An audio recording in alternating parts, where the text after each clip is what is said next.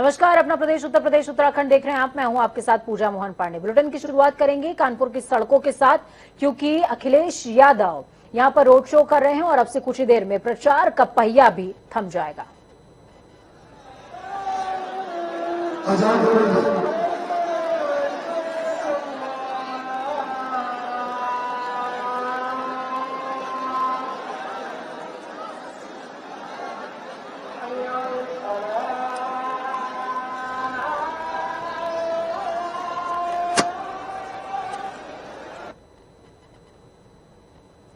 तो ये तस्वीरें आपको दिखा रहे हैं कानपुर की सड़कों की। ये तस्वीरें हैं अखिलेश यादव बस से बाहर आते हुए तमाम जो कार्यकर्ता हैं उनका संबोधन भी स्वीकार कर रहे हैं। समाजवादी विजय रथ पर सवार हैं अखिलेश यादव। अब ये रथ कितनी विजय दिलाएगा, या भी ये जो भीड़ आप देख रहे हैं इस समय अपनी टीवी स्क्रीन पर, ये कितना ज्यादा वोटों में कन्वर्ट हो पाएगी, ये 10 मार्च बताएगा। लेकिन इसमें कोई दो राय नहीं कि कानपुर की सड़कें लोगों से अटी पड़ी हैं।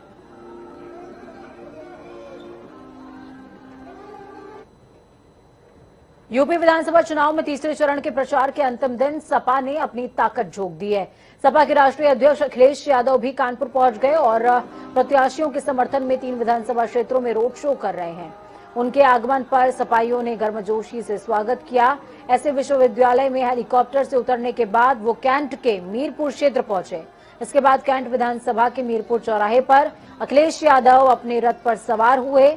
उनकी एक झलक पाने के लिए कार्यकर्ता उत्साहित दिख रहे थे। अखिलेश ने भी रथ की छत पर आए और कार्यकर्ताओं का अभिवादन स्वीकार किया। यहां से उनका काफिला शुरू होकर फूलबाग तक जा पहुंचा। यहां से आर्यनगर होते हुए सीसामऊ सीट पर रोड शो समाप्त हुआ है। आपको बता दें कि आर्यनगर सीट में फूलबाग, नयागंज, घंटाघर, मूलगंज, नई सड़क, परेड, यतीम खाना होते हुए सीसमऊ सीट में रूपम चौराहा, नाला रोड होते हुए परेड पिरोड पहुंचे हैं। और वर्तमान में आर्यनगर सीट और सीसामऊ सीट से समाजवादी पार्टी के विधायक ही प्रत्याशी हैं, जिनके लिए माहौल बनाने के लिए अखिलेश यादव रोड शो कर रहे हैं। सरकार ने कोई मदद नहीं की। बताओ, आज डीजल पेट्रोल महंगा हो गया कि नहीं हो गया? पेट्रोल 100 से पार हो गया कि नहीं हो गया? और ये बीजेपी वाले अगर आ गए तो याद रखना 200 रुपए में पेट्रोल बिकेगा, 200 रुपए में। ये कहते थे, ये बीजेपी वाले कहते थे कि हवाई चप्पल में चलने वाला हवाई जहाज में चलेगा। हवाई चप्पल में चलने वाला हवाई जहाज में चलेगा। और जैसे ही सरकार में आए, इन्होंने हवाई जहाज बेच दिए। हवाई जहाज जहां खड़े होते हैं वो हवाई अड्डा बेच दिया। रेलगाड़ी बेच रहे हैं। और पता कर लेना कानपुर वालों, ये रेलवे स्टेशन है। जितनी भी कीमती जमीनें हैं और रेलवे स्टेशन भी बेच दिया। बेच दिया कि नहीं बेच दिया? तो चलिए कानपुर का रुख करते हैं। अभिनव हमारे साथ लगातार बने हुए हैं। अभिनव, ग्राउंड जीरो पर अखिलेश यादव आज धुआंधार प्रचार कर रहे हैं और इस प्रचार अभियान के बाद कुछ ही देर में प्रचार का शोर भी थम जाएगा। इसके पहले क्या कुछ तासीर नजर आ रही है कानपुर के? जी बिल्कुल, आपको बता दूं कि आज तीसरे चरण के चुनाव के लिए प्रचार का अंतिम दिन है और अब से कुछ ही देर बाद यानी 5 बजे चुनाव प्रचार का जो समय है वो समाप्त हो जाएगा और इसके बाद चुनाव प्रचार नहीं होगा। तो वहीं अगर कानपुर की बात करें तो दोनों ही पार्टियों के, समाजवादी पार्टी के अखिलेश यादव और भारतीय जनता पार्टी के योगी आदित्यनाथ, दोनों कानपुर में मौजूद थे। योगी आदित्यनाथ 4 विधानसभा क्षेत्रों में संयुक्त रूप से जनसभा कर रहे थे, तो वहीं दूसरी तरफ अखिलेश यादव विजय रथ यात्रा लेकर रोड शो कर रहे थे। तो ऐसे में कहीं ना कहीं कानपुर के जो वोटर्स हैं उन पर दोनों ही पार्टी अपने अपने वोट पाले में लाने की कवायद में आज यहाँ पर दोनों ही पार्टी के दिग्गज नेता यहाँ पर पहुंचे हुए थे। चूंकि कानपुर एक बहुत बड़ा गढ़ है, तीसरे चरण के मतदान के लिए 10 विधानसभा सीट कानपुर नगर में है। ऐसे में समाजवादी पार्टी के अखिलेश यादव ने उन तीनों विधानसभा सीटों पर रोड शो किया जिन पर समाजवादी पार्टी का पिछले विधानसभा चुनाव में कब्जा था। कैंट की अगर बात करें तो कैंट में हालांकि कांग्रेस के विधायक थे, लेकिन ये सीट कांग्रेस और सपा के गठबंधन से जीती गई थी। तो अब ऐसे में अखिलेश यादव ने जहां समाजवादी पार्टी के गढ़ में रोड शो किया, वहीं योगी आदित्यनाथ ने जनसभा ऐसे क्षेत्रों में, ऐसे चारों विधानसभा क्षेत्रों में की है जहां पर भारतीय जनता पार्टी के दावेदारी मजबूत मानी जा रही है। लेकिन दोनों ही दिग्गज नेता कानपुर में थे, माहौल बना रहे थे। अब से कुछ ही देर में प्रचार भी थम जाएगा और इसके बाद अब इंतजार होगा तो 10 मार्च का और आने वाली 20 फरवरी का, जिस दिन मतदान होना है। जी बिल्कुल, बहुत शुक्रिया अभिनव हमारे साथ जुड़ने के लिए, अहम जानकारी साझा करने के लिए। गृह मंत्री अमित शाह के बाद आज तीसरे चरण के चुनाव प्रचार के आखिरी दिन अखिलेश यादव के गढ़ मैनपुरी करल पहुंचे। उन्होंने सबसे पहले शहर के क्रिश्चियन मैदान में जनसभा को संबोधित किया। इस दौरान सीएम योगी ने दावा किया है कि बीजेपी इस बार मैनपुरी की 4 सीटों पर जीत हासिल करेगी। साथ ही योगी ने सपा प्रमुख अखिलेश यादव पर निशाना साधते हुए कहा कि पिछली सरकार क्या करती थी याद करिए। सपा 2012 में आई तो सबसे पहला काम आतंकवादियों के मुकदमों को वापस लेने का किया था। उनकी संवेदना किसान नौजवान के साथ नहीं थी, रोजगार और सुरक्षा के लिए नहीं थी, विकास के लिए नहीं थी। सपा की संवेदना अयोध्या में राम जन्मभूमि पर आतंकी हमला कराने वालों के साथ थी। में वैक्सीन, सबको वैक्सीन के साथ आज आप देख रहे होंगे डबल इंजन की सरकार है। डबल डोज राशन का मिल रहा है कि नहीं मिल रहा है? मिल रहा है ना? इसमें कोई भेदभाव तो नहीं हो रहा है ना? और इस समय तो हम लोग अपने युवाओं को टैबलेट और स्मार्टफोन भी दे रहे हैं। 1 करोड़ नौजवानों को प्रदेश में वर्तमान में टैबलेट और स्मार्टफोन दिया जा रहा है। सपा बसपा ने विरोध किया है, लेकिन भाइयों बहनों हमने तय किया है जितना विरोध करेंगे इसकी संख्या बढ़ाएंगे। हमने तय किया अभी 1 करोड़ लोगों को, 1 करोड़ नौजवानों को बांट रहे हैं। 10 मार्च के बाद आने दीजिए डबल इंजन की सरकार को, इसको 2 करोड़ नौजवानों तक पहुंचाने का काम करेंगे।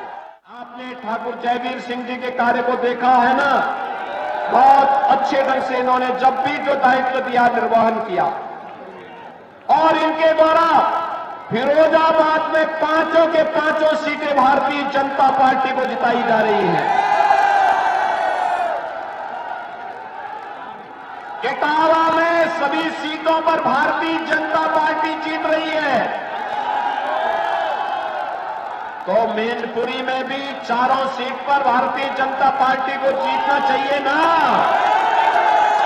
मैं यहां के बाद अभी करहली जा रहा हूं और यही बांके बिहारी लाल ने भी यही मुझसे आदेश किया है कि मैनपुरी के बाद करहल चले जाएंगे तो 4 सीट भारतीय जनता पार्टी की।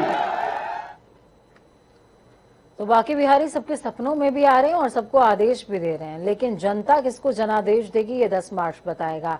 यूपी विधानसभा चुनाव में तीसरे चरण के मतदान के पहले प्रत्याशियों के पक्ष में माहौल बनाने के लिए सपा प्रमुख अखिलेश यादव ने आज प्रचार के अंतिम दिन की शुरुआत जालौन के माधोगढ़ से की है।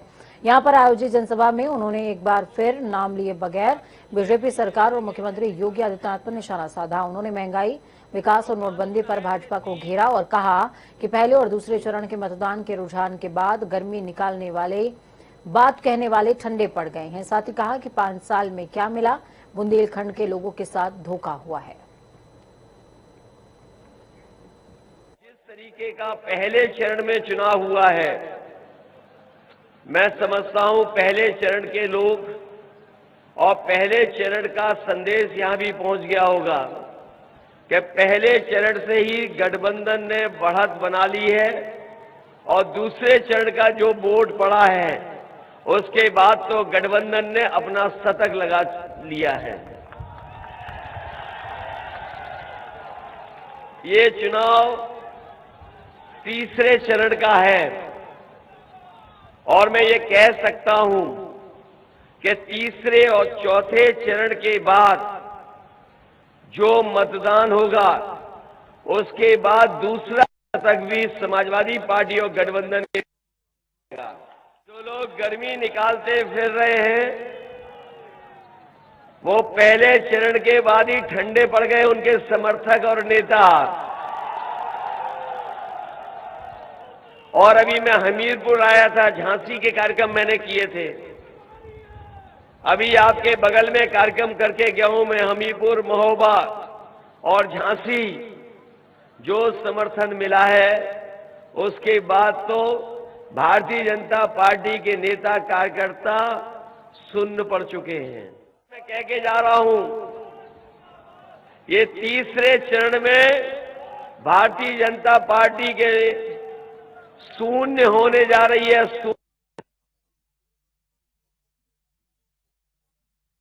डीएपी की बोरी लेने गए होंगे किसान भाई, बताओ बोरी मिल गई आपको खाद की कि नहीं मिली? और जब बोरी लाए भी हो गए तो उसमें भी 5 किलो की चोरी हो गई कि नहीं हो गई? 5 किलो की चोरी केवल खाद में नहीं हुई है, या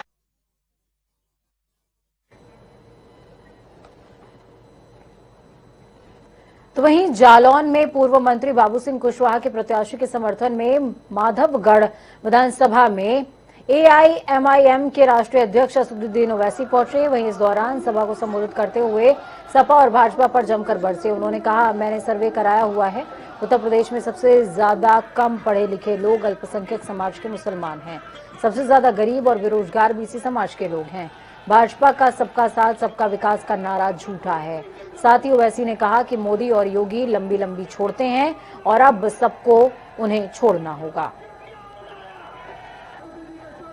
मैं आप तमाम से बड़ी जिम्मेदारी के साथ कह रहा हूं कि बाबू सिंह कुशवाहा को आपको कामयाब करना जरूरी है। भारत की राजनीति, भारत की लोकशाही के हकीकत है, याद रखो आप मेरी इस बात को। लोग मुझे क्यों बदनाम करते? क्योंकि मैं कड़वी सच्चाई को खुलकर बयान करता हूं। और सच्चाई है, सच्चाई क्या है कि जिस बिरादरी का, जिस कम्युनिटी का एक सियासी नेता होगा, उसकी ताकत होगी, उसी से इंसाफ होगा। अगर आपका कोई नेता नहीं है तो आप चीखे मार लो, नारे लगा लो, जिंदाबाद जिंदाबाद की, आप जिंदा नहीं होंगे। आप उसी वक्त आपको जिंदा और इंसान तस्वुर किया जाएगा जब जन अधिकार पार्टी के लोग बाबू सिंह कुशवाहा को अखिलेश और योगी के सामने खड़ा कर देंगे कि ये मेरा नेता है।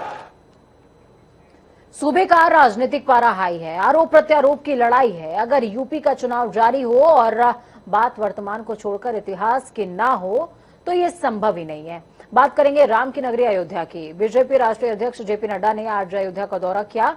यहां उन्होंने मंदिर निर्माण कार्यों का जायजा भी लिया है। इस दौरान जेपी नड्डा ने विपक्ष पर जमकर निशाना साधा। उन्होंने कांग्रेस पर तंज कसते हुए कहा कि जिन्हें पूजा करनी नहीं आती वो हिंदुत्व की परिभाषा का बखान कर रहे हैं। उन्होंने जनसभा को संबोधित करते हुए कहा कि जब विपक्षी वोट मांगने आए तो आप उनसे पूछें कि राम मंदिर निर्माण में अड़ंगा क्यों लगाया। भारतीय जनता पार्टी विचारों की पार्टी है। राम जन्मभूमि हमारा लक्ष्य था, सांस्कृतिक राष्ट्रवाद हमारा लक्ष्य था, भारत की संस्कृति उजागर हो, आगे बढ़े, ये हमारा लक्ष्य था। और इस लक्ष्य का, जिसे हम कहते हैं सिंबल, इसका जो रूप था वो राम जन्मभूमि में निहित था। आज लोग आपसे वोट मांगने आएंगे, आपसे वोट मांगेंगे, प्रजातंत्र है, सबको अधिकार है। लेकिन मैं सिर्फ अयोध्या की बात नहीं कर रहा हूं, मैं पूरे उत्तर प्रदेश की बात कर रहा हूं।